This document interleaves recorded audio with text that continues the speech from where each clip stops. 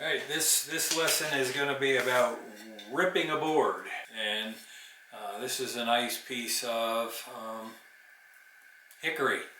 This is good. This is hickory, and we're going to talk about ripping that board. When we hear the term ripping, we think about fabric. Okay, so I got this piece of cloth here. If I rip this fabric, I'm going that way. And it's going, there's a grain in fabric. So as I rip this fabric, I'm going with the grain. Tear it across the grain, but I can still cut it. I can cross cut the fabric with scissors. So I can rip this fabric, or I can cross cut this fabric. It's the same thing with wood, same thing. So here I've got a piece of wood. Not really, I fooled you, it's a piece of paper. And if I want to rip this board with the grain going this way, I rip it that way. And if I'm going to cross cut this board, I'm going across the grain that way. So when we look at this board that's sitting on my table saw, if you look carefully, the grain is running this way, right? We got the grain, the long grain, running this way on the board. If we are going to rip that board, we're going to cut it with the grain. If we're going to cross cut that board, we're going to go this way. Before we rip a board, we have to set up the table saw. The way this saw is set right now, the blade is too high. So what I want to do is I want to set the blade so that this U-shaped part called the gullet is even with the top of the board. The control for that is on the front of the saw. I'll show you that in just a minute here. So I'm turning a hand wheel and I'm lowering that blade so that U-shaped part of the blade, the gullet between the teeth. We got a tooth here, we got a tooth here. This is the gullet right here. That is even with the top of the board. That's all the blade that you want sticking out above the board. So that height is set. The next thing I'm going to do is put the guard down and put the anti-kickback.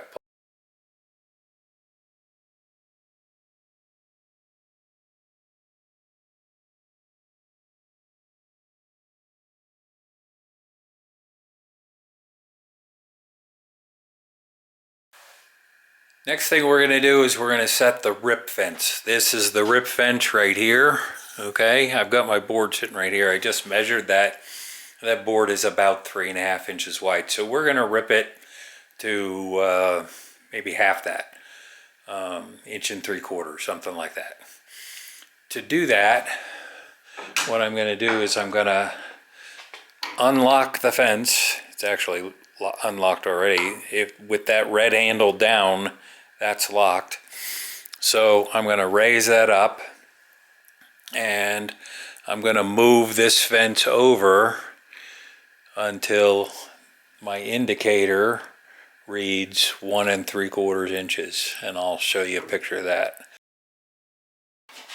Okay, so now we're going to rip this board. Where am I going to stand when I'm doing it? I'm not standing behind the board. That's the main thing. If I'm behind the board and it kicks back, it's going to hit me in the stomach or lower, and that'll be really bad. So I'm standing over this way. My left hip is up against the rail on the saw, and my hands are going to be out of the way as well. So you're going to see a lot of videos on YouTube and places like that where they take the guards off so that you can see what's going on. I'm not doing that, okay? So you're going to have to see what this looks like with the guards on, because when we get back into the Rocky shop, we always use the guards. So you might as well get used to seeing that. I've got earplugs on. I'm going to use my earplugs. I've got a push stick here. I've got a push shoe. I've got all different kinds of push devices, and the reason that in this cut I'm using a push stick is because my gap between the blade and the fence is less than 4 inches. So I am using a push stick on this. I'm going to turn on my vacuum, my dust collector, so it's going to get noisy.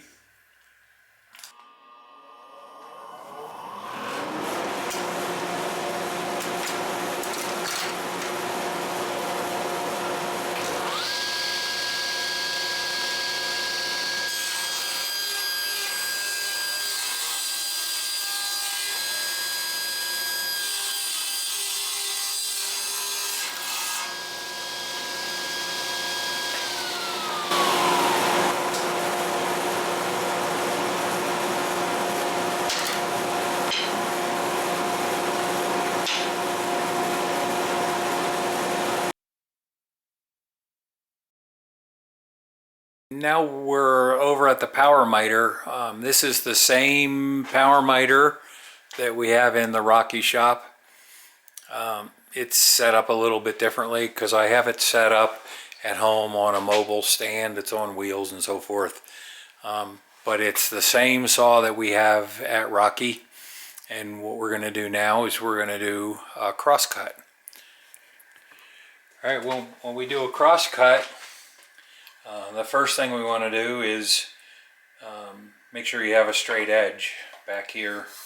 If you don't, you could cause kickback.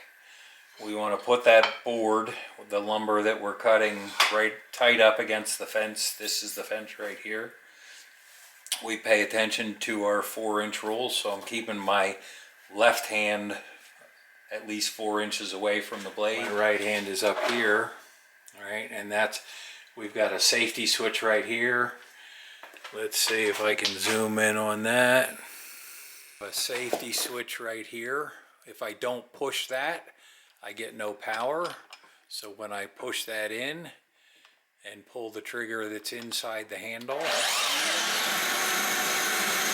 get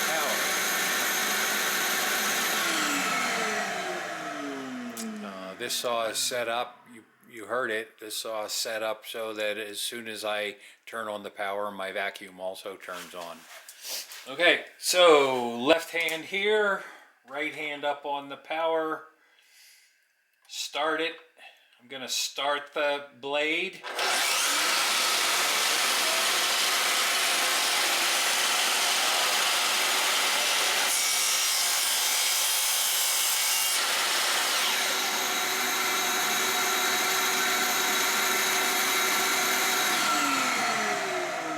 When I finish that cut, I keep the blade down in the pocket, down in here, until it comes to a complete stop, and then come back up.